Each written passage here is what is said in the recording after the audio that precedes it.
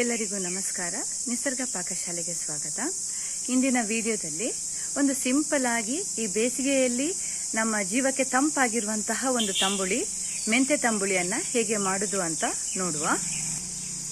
ನಾನಿಲ್ಲಿ ಒಂದು ಅರ್ಧ ಸ್ಪೂನಿಗಾಗುವಷ್ಟು ಮೆಂತೆಯನ್ನ ತಗೊಂಡಿದ್ದೇನೆ. 2 ಒಣಮೆಣಸನ್ನ ತಗೊಂಡಿದ್ದೇನೆ, ಖಾರಕ್ಕೆ ಬೇಕಾದಷ್ಟು ಒಣಮೆಣಸು, ಮತ್ತೆ ಸ್ವಲ್ಪ ಕರಿಬೇವಿನ ಎಲೆಯನ್ನ ತಗೊಂಡಿದ್ದೇನೆ. ಇದನ್ನ ನಾವು ಡ್ರೈ ಆಗಿ ಹುರ್ಕೊಳ್ಳುವ. ಈಗ ಹುರ್ಕೊಂಡಂತಹ ಮೆಣಸು ಮೆಂತೆ ಒಟ್ಟಿಗೆ 1 ಹೋಳು ತೆಂಗಿನ ತುರಿಯನ್ನ ಹಾಕಿದ್ದೇನೆ. ಹಾಗೆ ಸ್ವಲ್ಪ ಇಂಗ್, ರುಚಿಗೆ ಬೇಕಾದಷ್ಟು ಉಪ್ಪು, ಮತ್ತೆ ಒಂದು ಸ್ವಲ್ಪ ನೀರಿನೊಟ್ಟಿಗೆ ನಾವಿದನ್ನ ರುಬ್ಬಿಕೊಳ್ಳುವ. ನುಣ್ಣಗೆ ರುಬ್ಬಿಕೊಂಡಾಗಿದೆ.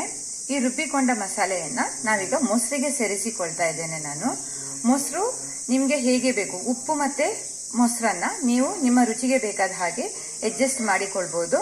ಹಾಗೆ ತಂಬುಳಿ ಸ್ವಲ್ಪ ನೀರಾಗಿದ್ದೇನೆ ಒಳ್ಳೇದು, ಅದಕ್ಕೆ ಸರಿಯಾಗಿ ನೀವು ಮೊಸರು ಅಥವಾ ನೀರನ್ನ ಸೇರಿಸ್ಕೊಳ್ಬಹುದು. ಮೊಸರು ಹುಳಿಗೆ ನಾವು ಮೊಸರನ್ನ ಸೇರಿಸಿಕೊಳ್ತಾ ಇದ್ದೇವೆ. ನೋಡಿ, ತಂಬುಳಿ ಈಗ ರೆಡಿ ಆಗಿದೆ. ಇದಕ್ಕೆ ನಾವೊಂದು ಒಗ್ಗರಣೆ, ಸಾಸಿವೆ ಉದ್ದಿನ ಬೇಳೆಯ ಒಗ್ಗರಣೆಯನ್ನ ಕೊಡುವ. ನೋಡಿ, ಬೇಸಿಗೆಗೆ ಹಿತವಾದಂತಹ ಮೆಂತೆ ತಂಬುಳಿ ರೆಡಿ ಆಗಿದೆ.